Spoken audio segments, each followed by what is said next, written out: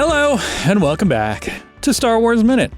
It's the daily podcast where we analyze, scrutinize, and celebrate the Star Wars movies 1 minute at a time. I'm Pete the Retailer from PeteTheRetailer.com. I'm Alex Robinson from AlexRobinson.fun. And I am Brandon Wainerdi from Talking Bay 94 Star Wars 94. podcast. 94. Welcome. Welcome to the show, Brandon. This is your first appearance here in All-Star Week. And All-Star. I feel very welcome, and I appreciate the invite. of course. Well, thanks. So you're here to talk with us about minute 112 of Solo, a Star Wars party. 112 starts with Dryden saying, "Qi'ra, help me, Qi'ra." And it ends with Han Solo telling Beckett that he's no exception. I couldn't tell if I was doing I was trying to go back and forth between it's Spock, help me, Spock from the Savage Curtain, or it's Taylor in Planet of the Apes. I'm like, Cornelius, Zira, help me. And when no matter what, people are pretending that they need help. So Good lesson in that. And I guess Dryden Voss is also pretending. Yeah, he's not saying it with the I think I'm like punching it up a little bit. You know, he could have done more of like I don't believe him that he needs help. He's just sitting there. He looks fine to me. Hey, Paul Bettany only had 4 days on set or something, so he really had to just get all the lines out. You know, He does a good job of it too. He's super creepy in this scene. Yeah, it's definitely. We'd been asking, or I was asking, like he was in Master and Commander. And then he was in the MCU, and I was like, well, where was he all in between there? Like, what? And I was stunned to discover that Master and Commander came out in 2003. Iron Man came out in 2008. So it wasn't even that long between Master and Commander. Yeah. For some reason I thought Master and Commander came out like in the 90s. But he's also, what's his name? Da Vinci Code guy, right? What's his name? Didn't he hurt himself and we had to watch that? Oh, I've never saw Da Vinci Code. I wasn't allowed to watch it. But I did watch it eventually. Why did I watch it? Why weren't you allowed to watch it? Because it's anti-Catholic, okay? Alex, we really have to make sure that no Pokemon, no Harry Potter, and no Da Vinci Code, because that's how the devil gets you. And you haven't done it. You haven't seen any of those properties. No, I've stayed away. No, I have. I've seen everything. No, it's too late. I've seen everything. Everyone has to draw a line somewhere, I guess. And that's where it was with Darth Maul action figures. That was the line. Yeah. Too much like the devil. I see that. He's like extra devil. He's got lots of horns. And right. Anyway, Paul Bettany. I'm sorry. I really derailed us. Yeah. Well, I like that somebody is, points out like, wow, like, do you think he knew what he was getting himself into when they were just like, hey, we need the voice of the computer. Do you want to do that? And he's like, oh, yeah, sure. And he showed up for like a day of work in 2008. And then like, oh, now guess what? You're wearing a big green bodysuit and we're going to like float you around over here. Okay. And you're going to be the star of the TV show. And he's like, oh, gosh. Okay. He's like, oh, geez. I bet he's excited. Yeah. What else is he doing? Yeah. Well, Mr. Here's Jennifer something Connelly. That's a full-time job, I think. Yeah. Here's something I learned. He apparently was offered the lead role, the titular role in the King's Speech. He was going to play the speech. Sure. He turned it down. And of course, Colin Firth wound up winning the Oscar for best actor in that thing. That's gotta hurt in a way. Or do you think you're just like, oh well, it would have been totally different if I was in it. Or do you think he feels like he was robbed of an Oscar? So you're saying that he wasn't their first choice? Am I not supposed to laugh at y'all's jokes or like what's the vibe? Oh, please laugh at my jokes. No, we're just not used to it. Sorry, I shouldn't have smiled. Sorry, No, it's my bad. Really, no more laughing. Yeah, no, it's a podcast. People have to know. People aren't going to know. Considering that a joke. Yeah, that was very generous of you. It caught me off guard. Well, here's another. He's probably like he was like, oh, good for him. Like there's a certain like. I bet he's probably like, oh, he did much better with it than I would have. That kind of mentality of like, yeah, good. Like it's he made that part his own, so he's good for him. I hope that's true. Yeah. He also read a quote from him. This is coming from the Internet Movie Database, where he said, "I hate Colin Firth. That guy really." That and Catholics are his two least favorite things in the world. He said the world is split into two kinds of people. People who would go for a drink with John Lennon and people who would go for a drink with Paul McCartney. That's interesting. And he says, after India, are you a Star Wars fan? But I'm sorry, a Beatles fan. Are you a Star Wars fan? Waited until halfway through the episode. Like, can you like Star Wars, by the way? Have you seen this? I am a Beatles fan. If that was my question, was going to be yes. He says after they got back from India, John Lennon released "Happiness Is a Warm Gun" and Paul McCartney released "Obla Di Obla Da." And that tells you everything you need to know. So definitely an anti-Paul bias on that. Yeah, I don't know if I like that. I think maybe I've warmed to Paul because he's the only real guy we've got. I've seen Ringo in concert like 4 times, so I can say Paul's really the only guy we got, because it's just Ringo in the back. All-star. Oh yeah, the All-Star band is an great. All-Star. That's why. Thank you. Oh, you're welcome to All-Star Week with 2 R's. I mean, I'm ready for any Ringo trivia y'all have or any Ringo minute. I don't know. I feel like Paul would be. Yeah, I would pick Paul. I think. Yeah, I think I'd pick Paul. Just because I feel like John Lennon would be like a jerk to talk to. Like, I love his music, but I don't know if I want to hang around with him. What are we drinking? That makes a difference too. I don't know. I bet Yoko would have made something. It would have been gross, and then Paul would just be like, "Do you want a beer?" Like, that would be nice. Thank you. It's a dream inside of a cup. Right. There you go. Wasn't it like a plum floating in champagne or something like that? And what's the thing? And Pete, you might be entertained by this. Paul Bettany says he's English, so he cannot wear a baseball cap. Do you agree with that? Yes, should British people not wear baseball cap? English people or something? When it was, I can see that being a thing. Yes. All right. Because it's like it reads as very American, and you don't want to necessarily, I think it's out of courtesy. He's like, I can't wear one because I don't want to seem like a tourist. Yeah. So, I buy it. I buy it. All right, enough Paul Bettany trivia. Let's get back to minute 112. What do you say? Right. Yes. I like the here's what I pictured, because he's like, Qi'ra, help me. What would you do if the person you trusted most betrayed you? And I think because Qi'ra is kind of on to the fact that things are going south there, so I think she would be like, I would take them out for ice cream. I would let them go. Yeah, let them think about what they've done. Maybe give them some money to go. But yes, that was like I setting that up for her to be, and what she says works obviously for the scene, but I think there could have been, and again, if this is more slapsticky, we could have. If they had asked Han, I'm sure he would have said something like that. Some wise guy comment. Well, she does volunteer. She says, I would have them, what does she say, kill the thing they love the most? Yeah, something like that. And then she should just kill Dryden Voss. And he would have been like, oh, I'm the thing you love the most. Oh, that's so... You love me. No. Yeah. Well, speaking of Dryden Voss, I guess this is we see he gets a flare up here. We see his lines are going. Yes, it's great. No, you're nodding, Brandon, because you have. How do you feel about the line? You feel about this? This is, I think, what makes him near human. It wasn't clear that this is. Luckily, I don't want it fully explained. I don't want it to be like, and here's how. I want a little flashback to. But it's interesting that they just kind of let this be his, affectation of his. So it's, and I don't know if that's left over from when he was, a Tiger Man and he was a different actor, or if this is just kind of they wanted something to kind of indicate his rage. I guess. I mean, I guess it's good that he wasn't an alien. Like, at least he wasn't just like a human, right? Like, if he had just been like Paul Bettany hanging out, that would have been right. But I would have loved Paul Bettany in blue makeup or something. That would have been nice. But maybe he's tired of that on his face. Maybe he was just like, do nothing to me. I haven't seen any behind the scenes photos. Was he just like dotted? Did he have dots on? Because this was all CG, obviously. Was there dots? Like, what was his process here? I wonder. Because I remember watching a video. There was like a behind the scenes ILM doing all this crazy stuff, right? And it was like, look at us doing the Falcon, look at us doing the Kessel Run, look at us making lines on Paul Bettany. And that was like one of the things they really highlighted. And I was like, I don't know, guys, but it's okay. That's a real big drop down. We put lines on someone's face. You never could have done that in the old movies. Right.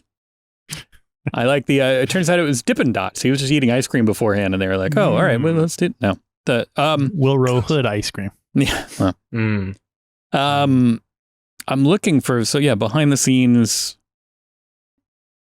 footage, and you're right. It looks like, or here's a picture of him with Ron Howard, and he's wearing that costume, and he's on set, and there he has nothing. Oh wait, is that a dot? Is that a dot I see? If you see, zoom in. Yeah, Magnify. because he's just like, hey, he's got his arm around Ron Howard here. And so it's obviously on set, but I don't know. I don't really see dots here. There's something on the top of his head, but I don't see dots. It didn't even occur to me that it would be CGI. I just assumed it was like makeup. Yeah, you would think that it would cost like 40 cents to just put like some jagged little lines on him, and then no, later because it has to inflame. It has to get more when he's angry or whatever. There's definitely cool pictures of him, behind the scenes as Vision. That's cool. But again, they just didn't have the set photographer there for the 48 hours he was on set. So yeah, it's odd.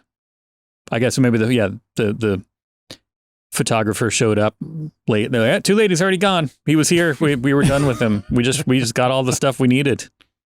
I think to preserve the magic, Disney is not releasing any behind the scenes stuff because they just want us to think that this was all like our thing that really happened. Maybe it wasn't even Paul Bettany.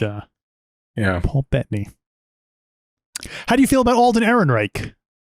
Me personally, how do I feel about him? Yeah, I like not him in a this lot. role. I mean, as a person, how do you? Yeah, Hail Caesar, great. No, I actually really like him in this role. I don't know if that's a hot take. I don't know how much y'all have talked about in the past 111 minutes. But I am very glad. There was a thing going around that y'all probably saw when this movie was rumored of happening. Was they wanted the impressionist dude? They wanted the guy from what's the Blake Lively movie where she never gets old, and then Harrison Ford like has a goatee and like remembers dating her 6 years before. Weirdly, we just heard about that guy like 3 minutes ago, like 3 episodes ago. Like we had no idea. Okay. But turns out his name is also like kind of like Alden Ehrenreich or oh, is it? It's close. Or one of those other. Who's the other one that they didn't? Ansel. Oh, the West Side Story. Right. boy. Yeah. Yeah. So I think all three of those people. It seems like it was just a game of telephone where they wanted somebody and they got somebody else because they just said, like, I don't know. Yeah. Anyway, I'm glad it wasn't him, and I'm glad it wasn't an impression. It was just like him playing the character of Han Solo, which I thought was very nice. I was like, good job, boy. And I mean, if they were like, hey, here he is in Andor, or here he is in whatever, I would be like, yeah, let's see him more. I don't know if we need another movie, but I'd like to see him. No, it didn't even occur to me that he might show up in Andor. I don't know. Why not? What else is he doing? Because that's after Solo, isn't it? Am I wrong? I don't know anything about Star Wars. Right. Yeah. It's after Star Wars, but before. I mean, after Solo, but before Star Wars. So it's there's time frame. I think he might have to be a little bit. It would be too weird that it's like, well, this is too close to when he's supposed to be Harrison Ford. So it might be a little bit. Yeah. But who knows? In theory, they're still on the back burner. There's that Lando show that's never going to happen. Yeah. Same with the Taika Waititi show that's never going to happen, and the Rogue Squadron show that's never going to happen. From what I understand, the Taika Waititi is happening now. I think that's next on the thing. But I know. See. I don't know if y'all been watching his press tour where he's like, I'm about to start writing it, and it's supposed to come out December 2023, and I was like, I know how movies work a little bit. That seems incorrect. That seems not how Star Wars movies are made. Unless it's like a what's the word when it's just like in one room, like a bottle episode Star Wars. Shipping a bottle. It could be cool. I'd be into that, honestly. But if it's I don't think that'll happen. 12 Angry Men or something like that, where it's just kind of like very like Lifeboat. Escape Pod. Oh, there you go. Yeah. Well, yeah. Or what was that one with the phone booth? Right? Was with where Bullseye was trapped in a phone booth and people are shooting at him or something like that. Bullseye. Of course, Woody's horse. His most famous role. But yes, red lines. For a second I thought I read red vines, and I'm like, oh, well, no, I read red lines. And this is where he says, like, interestingly enough, I like the slight deflection here that Han Solo is like, oh, he's like, hey, I did listen to you. You were wrong when you said I didn't listen to you. I did listen. You told Chewie that people are predictable. He doesn't say you told me, doesn't say you told us. He's like, you told Chewie that people are predictable. So he's like, in a way, he's like, I wasn't listening when you were talking to me, but I was eavesdropping when you were talking to Chewie, and you told him that people are predictable. So it's like adding a layer of detachment there, which I like, which is interesting. Well, Rio told me that he overheard you talking to Chewbacca and saying that blah, blah, blah, blah, blah. I feel like the other two lessons that we're supposed to be getting from Bobias Second, don't trust anyone, and people are predictable. Those seem contradictory to me. It seems like if someone is predictable, then they are trustworthy because you know how they're going to behave in that sense. You either know they're going to betray you or you know they're going to be loyal. So but you know, he's making up as he goes along. I think his message might not be a contradictory. It might be saying like, don't believe what I say, believe what I do. So he's saying, don't trust people like when they tell you things, but they're predictable. If you follow their actions, you see a pattern. And that you can trust. And you can trust. Bing. You can take that to the space bank. Yeah. All right, I'll go along with it. You talked me into it. I'll go along with your plan. Suddenly I'm not Samuel Beckett. I'm Tobias Beckett's lawyer. Samuel Beckett, is that the guy from the Quantum Leap? Yeah. Oh, okay. Well, also the playwright, depending on who you want. Oh, yeah. Right? Yeah. A novelist. Right. Yeah, you're right. Anyway, moving on. Depending on which one you want. Right. Yeah. But is the character in Quantum Leap has the same name as the famous... Well, they just call him Sam, Dr. Sam Beckett, but yes. Huh, look at that. I never connected that. Anyway, moving on. Minute 112. Leap. I feel like Scott Bakula would be good in Star Wars. I mean, you know, obviously he was an Enterprise, but like if he showed up in Andor or something, I'd be like, yeah, this is good. This is good to me. Good guy or bad guy? In Andor, he'd be like, I'd like to see him play a little Imperial or something, or like, he'd be cool. I'd be into it. I can't see him being, more stuff. Yeah, like, has he ever been a bad guy? Has he ever been kind of like a villain and evil? I think if he was an Imperial officer, he'd be one that's kind of like, you know, one of the ones that's seeing things are wrong, and it's like, you know, feeding. He'd be like a double agent or something, like feeding people the right. You know, he'd be like the trapped in the system, but I'm gonna try to help as well as I can. Listen, this is really selling me on even more Bakula. You know, like what else is he doing? NCIS or something? Or I don't know. Wasn't he on some shows? Yes, he's been on 155 episodes of NCIS. Wow. So he has something. He is busy, I guess. Yeah. He's making a lot of money. I feel like I saw him recently play a villain, but I'm looking through his IMDb and I don't see anything that is anything I've seen recently. So couldn't tell you. No. Sorry about that. It's you know what he was good in? We're getting totally off the track here. Sorry. Not even in this movie. I'm like, you know what I like? Scott Bakula. And moving on. Well. Well, yeah, I don't.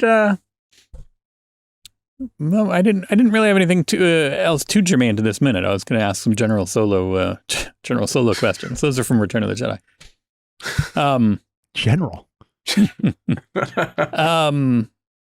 But Alex, did you have anything else specific, or Brandon, do you have anything else specific to this minute before we just talk about Solo? Or I mean, nothing too crazy. And again, I don't want to like really dive into stuff that y'all might have already talked about all the stuff behind them. Have you talked about all the stuff behind them?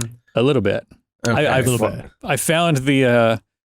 I think it was last week. Once they got back into the office, I did find the skull from Lost Legacy very distracting. Because I just kept going like, you were like, there it is. It really, I did that in the first viewing. That was like the thing I took away from my first viewing of Solo in the theater. We walked out and like, did you like it? And I was like, did you see the cover of the Brian Daley novel? Like, that was pretty cool. I had a good time. It's like, I So don't you know did if see I it in the liked it, theater. but there was a crystal skull from Lost Legacy, and they said Terrace Kasi. So yeah, good I don't movie. know. I can't tell. Bosk. I'm unable to identify whether or not that makes it a good Whether it movie. was good or bad, but there was a Mandalorian armor when it was cool to have. You know, that was the first time we'd seen one in a while. Anyway, that's all I got. Nothing too crazy. Sorry if that's. I watched it like 5 times. I was like, I really should come with something meaty from this, and you know, it was them talking. It's true. It is a talky scene. But as Alex was saying, you did see it in the theater then? I did see it in the theater. Whereabouts? What part of the world are you watching this in? So, paint a picture for us. Yes. I'll paint a picture for you in general, which is I've learned a lesson about Star Wars movies and me, general, which is I cannot enjoy a Star Wars movie the first time I see it, as evidenced by what I just observed. Why is that? I think it's because I'm so nervous is the wrong word. I'm like overwhelmed. I remember watching, this has happened because I was watching Rogue One, and I like Rogue One. Rogue One's a fine movie, but I remember all those little planets popping up in the corner in the first like 20 minutes. And I was like, these are all new planet names and I don't know them. And it really like took me out of the movie where I was like, there's a lot of new Star Wars now I don't know. I don't know if I like it or not, but now that's all I'm thinking about is this planet name or like this new character, whatever. So what I do now is I see the movie at 7:00. And then I see the movie again that same night at 10:30. Wow. And then the second time I can enjoy it. The second time I can sit down and be like, is this a good movie or is this a bad movie? Which backfired on me recently with The Rise of Skywalker, where I went and saw the movie. I don't know. I don't know how y'all feel. I went and saw the movie. I went back to my car. I put my head in my hands and I was like, do I not like a Star Wars movie? And then I ate a couple things that are not legal in the state that I live in, and then went back and watched it a second time and still didn't enjoy it. So, all to be said, Solo, I watched it twice, enjoyed it, had a good time. Saw it in Dallas, Texas. Dallas, where I used to live. Now I live in Austin, Texas. So, really, really want to far away. Yeah. Was it a crowded theater? It was a crowded theater. It wasn't not crowded until, because I went and saw it a third time that weekend. I took my mom, who did not enjoy it. Probably because the devil was in it. Honestly, I should have known. You should have just left. I should have really not. Right, we gotta go parking. Yeah, we're gonna miss the last 10 minutes. You're fine. Don't worry about it. Meaning Darth Maul as the devil. Darth Maul's the devil. Okay, that's yes. Sorry, too many horns. But that was when I was like, oh, it's like a Saturday 6:00 showing. There should be more people on opening weekend. I like to imagine your mom has enjoyed the entire movie. She's like, this might be my favorite Star Wars. And then suddenly Darth Maul, and she's like, and it just right to the bottom of her list. Facing. You should have said, well, let's go now.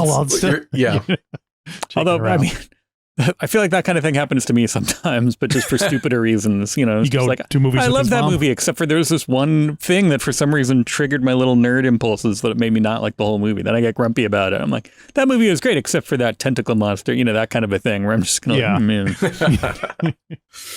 yeah, enjoyed it. I went and have y'all talked about the Denny's menu? I went and did the Denny's menu, ate the entire thing for content. Wow. I was really like, let's eat it all. It was all Pop Rocks.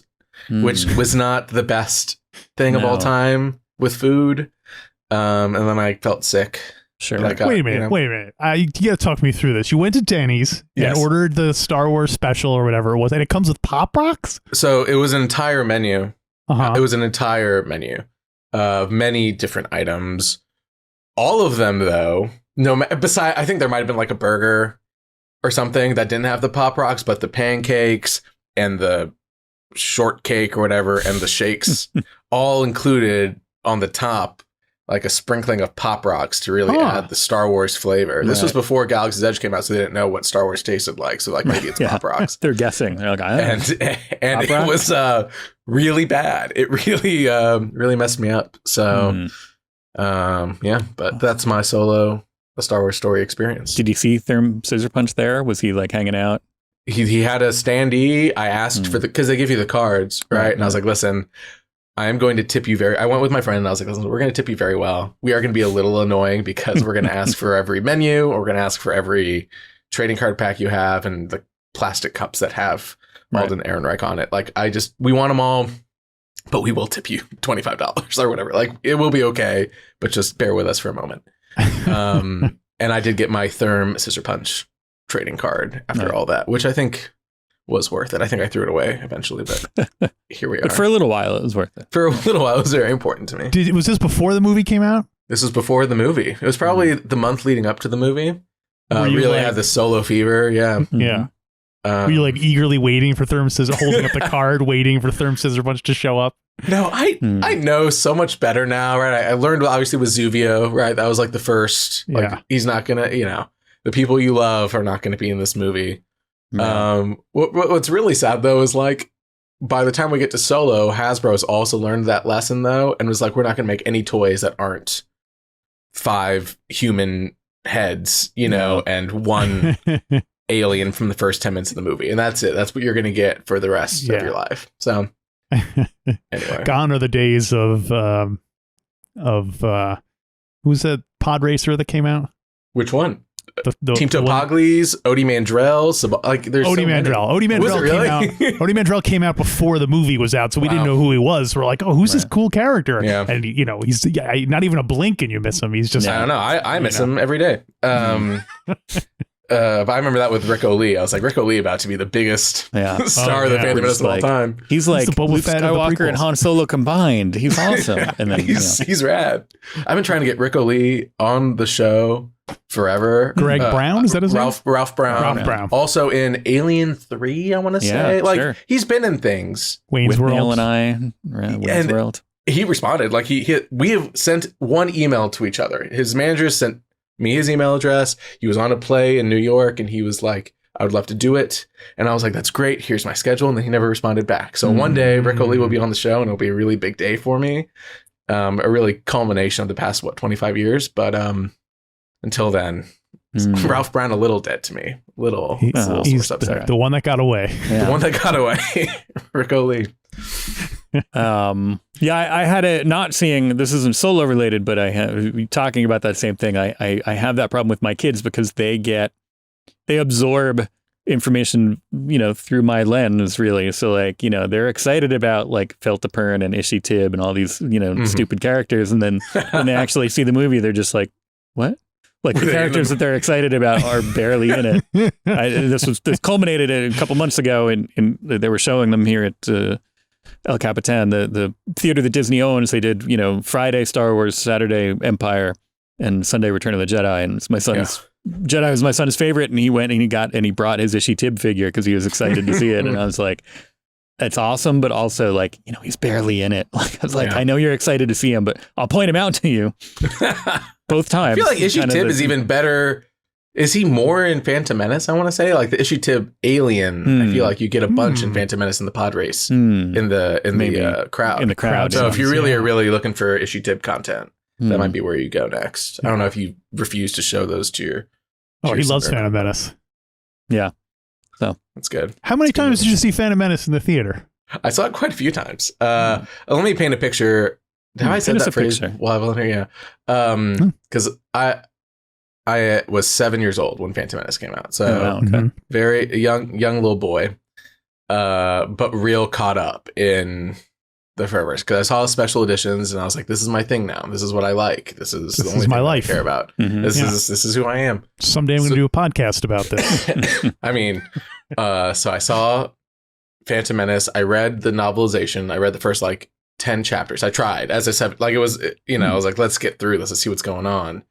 And I saw Phantom Menace in the theater probably a week after it came out, and it really messed me up. I was like, this is the best movie I've ever seen. Like, this is incredible. I dressed up as Jar Jar Binks for Halloween that year. That's like, if you're trying to hit the right, like George Lucas was like, we're making it for this type of boy. It was this.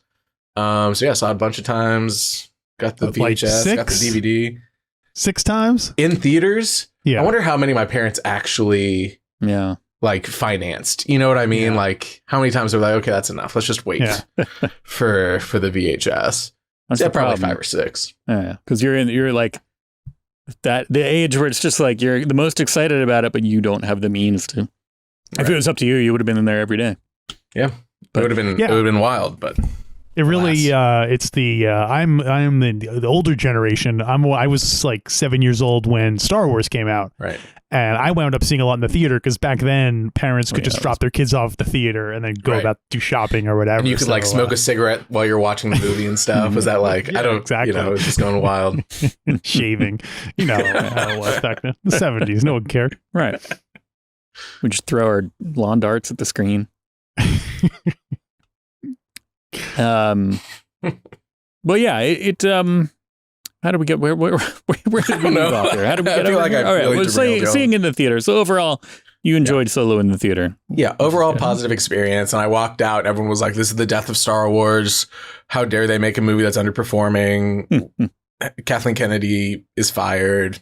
And I was like, I think it was fine. I had a fun time watching this movie that is fun and fine.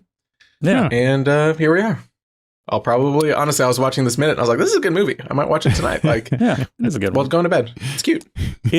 Did you find it well projected? Did you find it hard to see when you saw it in the theater? Here's the thing, which is I think I have like retconned it in my mind because for the entire time leading up, what is the cinematographer's name? What is his name? He's a famous guy, right? Like, he's like very good. And so the entire time everyone was like, we've never shot a Star Wars movie like this before. Like, you've never seen anything like this. Like, it is beautiful. Like, all the stuff that was in screen, all these things, right? It was really hyped up.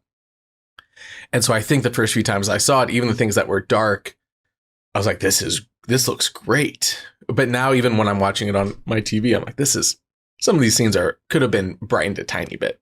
Yeah. Dude, it could have been a little bit better. Bradford Young. Talented guy. Yeah. Right. But yeah, could have used a couple more lights on set, I think. Just a couple more. Yeah, and I get that it's his style, but then people have said, that if it's projected properly, I'm putting air quotes around properly, that if you do it, like if you're using the latest technology, like, digital laser projection, all that stuff, it looks fantastic. And I get that there's a certain kind of like, okay, well, we want it to look good. And when it looks good, it looks good. But then also I feel like there needs to be a tiny bit of allowance for variation in that, because there's a lot of, I saw it at a rickety old drive-in where it's, the sun was still setting. And so it's just like, I had no idea what happened. I mean, that's my hot take with Mr. Obi-Wan Kenobi. I think some of those scenes were a little too dark. Yeah. Because I watched them like at 5 a.m. and that wasn't a problem. But then when I watched it again at, 4 p.m., then it was a little hard to see sometimes. Yeah. Sun streaming into my living room. Anyway, that's my hot take. That's Star Wars. Disney, don't cancel me. Kathleen Kennedy, don't cancel me. They're gonna. And if you want more of your hot takes, you should check out your show, Talking Bay 94. Yes, shut me down. Yeah, Talking Bay 94. All hot takes all the time. Actually, zero hot takes. There are. It's actually the antithesis of hot takes, because when I talk every episode, for people that don't know, which is probably most people, I interview a person that worked on Star Wars in every episode. That's what I do. And then I edit myself out of the podcast. I edit very heavily, and anything that I say is truncated to like 30 seconds, if that, like the question. So this is the most you'll ever hear if you ever check out an episode. Okay. But all that to be said, a lot of the people I interview are people that may have worked on things I didn't love, or things that maybe other people didn't love, but you would never know that listening to this show. I am just you did a great job. It was wonderful. Hope you have a great day. So that's the Talking Bay 94. So you're a liar. I'm a stone cold liar. I'm trying to get Ralph Brown on, and if he listens to an episode where I really like talk one of the things that he loves, then maybe he'll never come on. So yeah, there you go. Really have to make sure that if Rick O'Lee is listening, he's listening to a good episode. Right. So it's like you're self-conscious now, because you always feel like he's listening in. Like, is this the one Ralph Brown's gonna blow it by the one podcast like Ralph Brown is watching. All right. Well, on that note, I think that's all we had for this, because we're very far afield, and it was a fun conversation. Brandon, thank you for coming on. Thanks to talk to us. Thanks for having me on. Yeah. Sorry about all of this. No, well done. We accept your apology. We accept your apology, of course, yes, but also really not necessary. Yeah, and I'm sorry to hear that you didn't like Rise of Skywalker, because I'm taking notes. I got my notebook, and the people. I'm getting people on my team for people who interesting. Sorry, should I do a new cut? Because I would like to come back. I don't want to overplay my hand, but if I need to say like Rise of Skywalker was good. You don't and need you can to edit that in. No, I can. It's just, Alex doesn't think it was good. Alex is probably his least favorite, and me, I will find out how much I really like it. But it's your most favorite. I like it a lot. Here's what I'll say, which is I just got a new TV on Black Friday. Got a new TV for the first time since probably I graduated or something. I was like, let's buy a new TV.